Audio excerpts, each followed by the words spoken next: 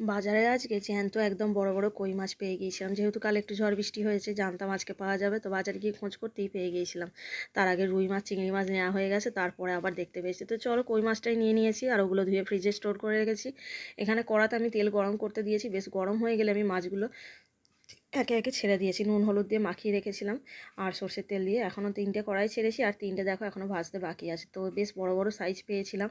কই মাছ আমি একদমই কাটতে পারি না, আর কই মাছটা ছাড়া আমি যে কোনো জিওল মাছ কোনোটাই খাই না। কইটা একটু ভালো লাগে ঝোল, বাড়িতেও সবাই পছন্দ করে, তাই একটু নিয়েই নিলাম। কই শিঙি সবসময় মাই বেছে দেয়, কিন্তু আজকে যখন বাজারে বেছে দিচ্ছিল আমি বললাম তাহলে বেছে নিয়ে চলে যাই, গিয়ে খালি ভাজবো আর রান্না করে ফেলবো। তো চলো এদিকে কড়াতে আমি অন্যদিকে বসিয়ে দিয়েছি পেঁপেটা দিয়ে, একটা কুকারে আমি দিয়ে 2টো সিটি দিয়ে দেবো। আর এদিকে কড়াতে আমি 5 ফোড়ন গরম করতে দিয়েছি তেলের মধ্যে। একটু ফোড়নটা পুড়ে মতো নেলেই আমি তাতে আদা বাটা, জিরে বাটা, লঙ্কা, হলুদ দিয়ে আর নুন দিয়ে অল্প 2-4 চিনির দানা দিয়ে আমি মশলাটা ভালো করে কষিয়ে নেবো। আর আগে থেকে আমি ডাঁটা আলু সিদ্ধ করে রেখেছিলাম, সেইগুলো আমি দিয়ে দিলাম। দিয়ে ঝোলটা ভালো করে ফুটিয়ে নেব। ওর মধ্যে আমি সিদ্ধ করে রাখা পেঁপেটাও দিয়ে দিলাম, দিয়ে আমি মাছটাও দিয়ে দেবো, দিয়ে একসাথে ফোটাবো। কই মাছের কিন্তু নিয়ম কি বলো তো, জল মানে ঝোলের মধ্যে দিয়ে একটু না ফোটালে সেই কই মাছের ঝোলের টেস্টটা কিন্তু আসে না।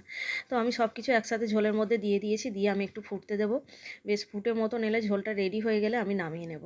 তো চলো আমি এরকম কড়ার মধ্যে ফুটতে দিয়েছি, ঝোলটা একটু গাঢ়ও হয়ে গেছে, দেখো নামিয়ে নিয়েছি। কই মাছের ঝোল আজকে ভীষণ ভালো লাগবে গরম ভাতে দুপুরবেলা।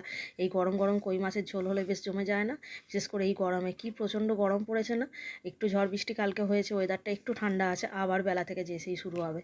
তো গরমকালে গরমের সময় এরকম ঝোল কিন্তু ভীষণই ভালো, পাতলা করে পেটের পক্ষে শরীরের পক্ষে ভীষণই ভালো।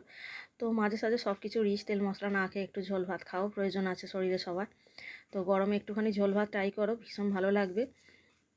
আর চলো বন্ধুরা, টাটা, সবাই ভালো থেকো, সুস্থ থেকো, আবার আসবো দ্বিতীয় কোনো রান্নার ভিডিও নিয়ে।